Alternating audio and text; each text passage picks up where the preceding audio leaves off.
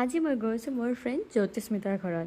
তাই ক্লাছ ভালকৈ লগ পাইছিলোঁ 2023, তেতিয়াৰ পৰা লগেই পোৱা হোৱা নাই। তো মই খুবেই বেছি এক্সাইটেড যে মই জ্যোতিস্মিতাক লগ পাম। তো মই গ'লোঁ, চাওঁচোন কিমান ধুনীয়া সিহঁতৰ ওচৰৰ এই নদীটো। ইয়াতে যোনখন দলং দেখা পাইছে ন, এইখন আগতে নাছিল। মই যেতিয়া আহিছিলোঁ তেতিয়া এখন বাঁহৰ দলং আছিল। এতিয়া যে ইমান ধুনীয়া হৈছে। মই একচুৱেলি তাইৰ ঘৰত আহিবলৈ সদায় এক্সাইটেড থাকোঁ, কাৰণ কিয় এই নেচাৰেল চিনাৰীৰ কাৰণে। এইটো মোৰ ফ্ৰেণ্ড জ্যোতিস্মিতা হয়। তাই এতিয়া নিজৰ জীৱনত এটা নতুন ফেজত এণ্টাৰ কৰিব গৈছে। তো মোৰ ফালৰ পৰা তাইক বেষ্ট উইচেছ থাকিল। এইটো মই নাজানো কি কৰি আছোঁ, বাট মই চিকেন বনালোঁ সেইদিনাখন। আমি একেলগে মিলি খালোঁ। বেছি একো ৰেকৰ্ড কৰা নহ'ল, জানেই ইমান দিনৰ মূৰত লগ পাইছোঁ, তো কিমান আমাৰ মাজত কথা থাকে, গছিপ থাকে, বহুত আছিলে এইবিলাক।